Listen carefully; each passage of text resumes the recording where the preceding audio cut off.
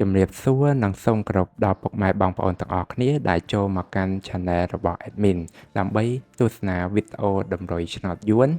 សម្រាប់ថ្ងៃទី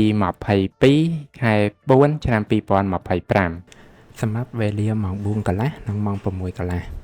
ដូច្នេះកុំបង្អង់យូរសូមពុកម៉ែបងប្អូនកលេចមកមើលតម្រុយ2លេខតម្រុយ2លេខ Admin គឺមានលេខ14 17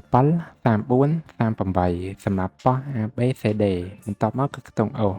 ខ្ទង់ O Admin គឺ O នៅខ្ទង់10និងខ្ទង់30សម្រាប់ប៉ោះ ABCD ដូចគ្នាបន្ទាប់មកគឺលេខពិសេស Admin គឺមានលេខ180គុណ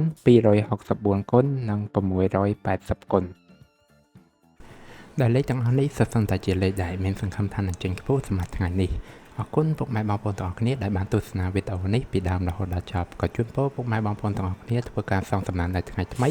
ទទួលបាននូវការហេងឆ្នះចំទាំងអស់គ្នាជាចុងក្រោយ Admin សូមពុកម៉ែបងប្អូនជួយ Like Subscribe និង Share ដើម្បីជាកម្លាំងចិត្តដល់ Admin ផងនិងដើម្បីពុកម៉ែបងប្អូនទាំងអស់គ្នាទទួលបាននូវវីដេអូថ្មីបានឆាប់រហ័សផងដែរ